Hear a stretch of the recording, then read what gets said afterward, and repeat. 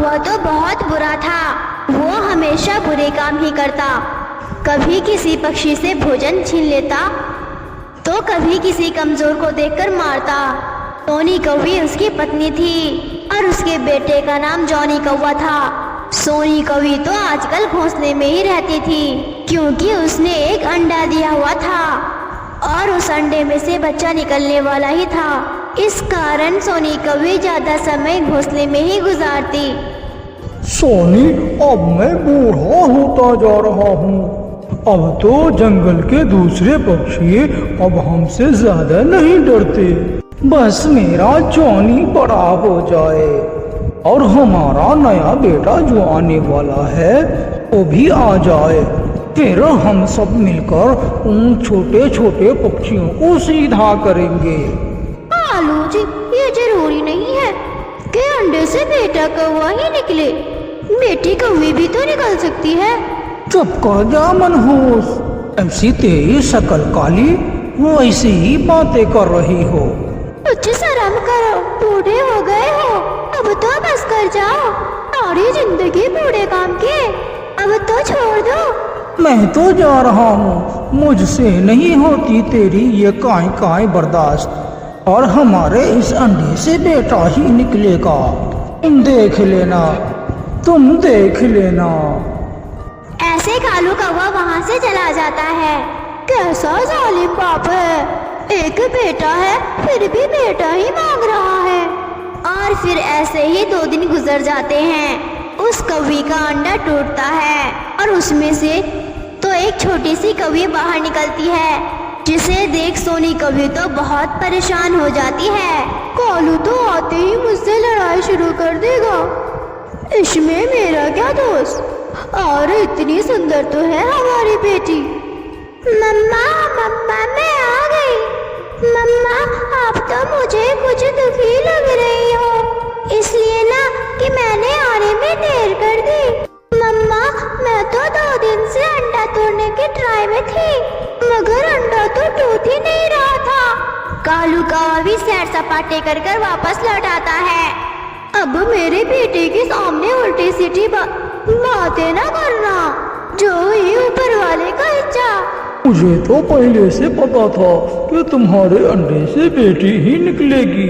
लाना भोजन और खिलाना इसे, मुझसे ना हो पाएगा इन तुम्हारी काली सी बेटी की परवरिश। पापा मैं कौवे की बेटी हूँ तो काली ही होंगी ना। मैं कौन सा कबूतर की बेटी हूँ जो लाल और चिट्टी होंगी। सुंदरी चुप कर जा मेरी बच्ची, चुप कर जा। रात को सुंदरी और उसकी मम्मा सोनी कौवी सोई हुई थी, परंतु कालू कौवा तो जाग रहा था। वो तो अपने अंडे से बेटी निकलने से बहुत परेशान था।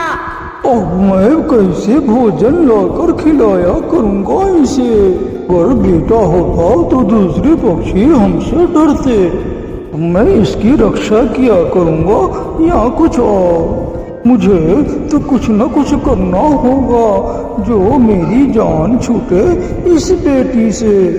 वो तो ऐसे सोच रहा था।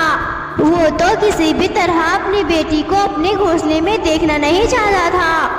अच्छा ऐसा करता हूँ, कल मैं इसे पहाड़ों पे ले जाऊंगा और वहाँ किसी चील के हवाले कर दूंगा। ऐसा सोचते हुए कालू कौवा सो जाता है।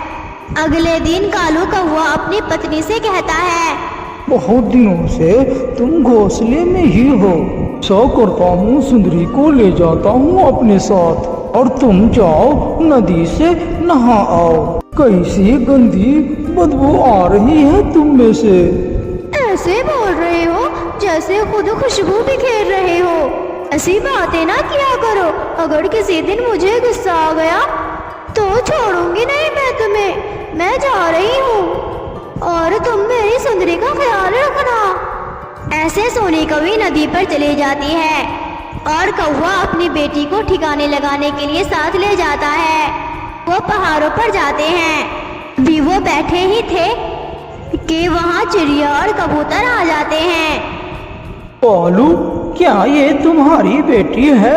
हाँ, मेरी ही बेटी है ये। सुंदरी नाम रखा है हमने इसका। बहुत सुंदर है। भी बहुत अच्छा है। आप इसका अच्छे से ख्याल रखना। बेटियां जब बड़ी हो जाए तो बेटों से ज्यादा प्यार देती हैं। ऐसे चिड़िया और कबूतर वहाँ से चले जाते हैं। क्या करूं? अगर इसे मार दिया तो सब पूछेंगे, तो मैं क्या बताऊंगा सबको? सबको पता चलेगा कि हमने ही अपनी बेटी को मारा है। फिर कौवे के दिमाग में एक शैतानी ख्याल आता है। मैं इसे ऐसे मारूंगा कि किसी को पता भी नहीं चलेगा। सुंदरी, मैं तुम्हें एक बात बताता हूँ, परंतु पहले एक वचन दो कि तुम किसी को बताओगे नहीं। नहीं बताऊंगी मैं। पापा जी आप बताएं कि क्या बात है। भूखे चीज के अलावा तुम्हारी मम्मा कुछ और खाने को दे तो तुम ना खाना, और अगर तुम फल वगैरह खाओगी तो तुम्हारे पंख सूख जाएंगे। तुम कभी भी उड़ नहीं सकोगी और हमेशा हमेशा के लिए अपाहिज हो जाओगी। भूखा दाना भी एक ही खाना है रोज का। परंतु पापा जग्गू भैया ही तो खाता है फल। वो लड़का कौवा है और तुम लड़की कौवी। लिए अगर नहीं विश्वास है तो खा के देख लेना।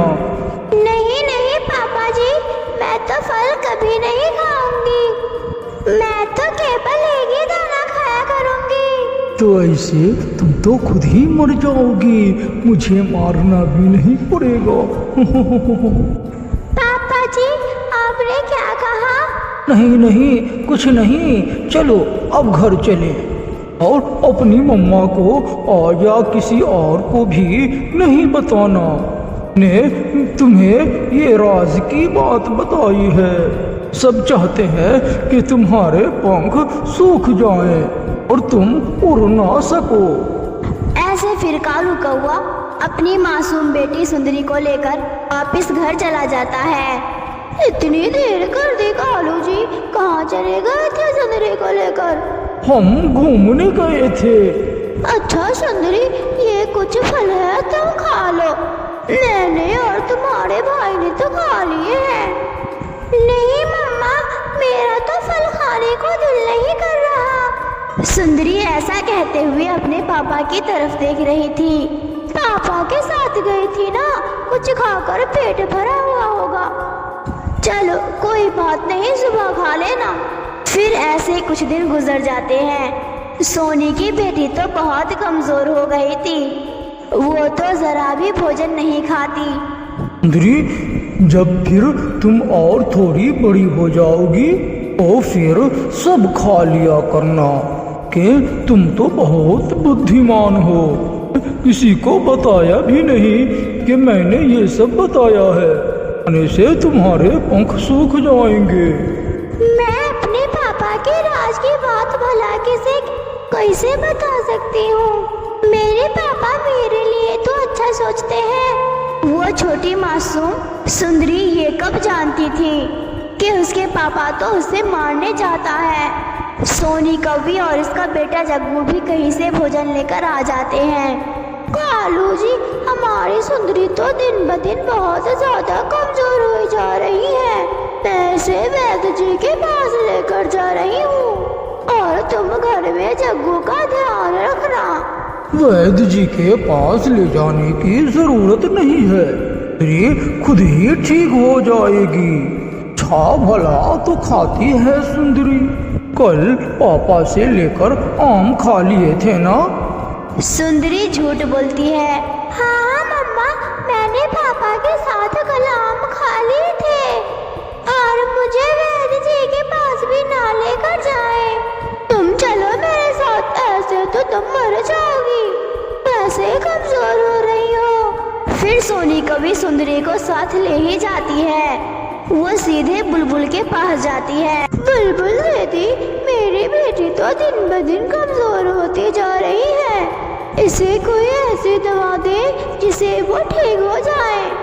मुझे तो इसे देखकर ऐसा लग रहा है कि इसके दिल में कोई खौफ बैठा हुआ है, जिसके कारण ये कुछ खाती नहीं है और ऐसी हो गई है। आप ये दवा ले जाएं, इससे इसे भूख ज़्यादा लगेगी और ये स्वस्थ हो जाएगी।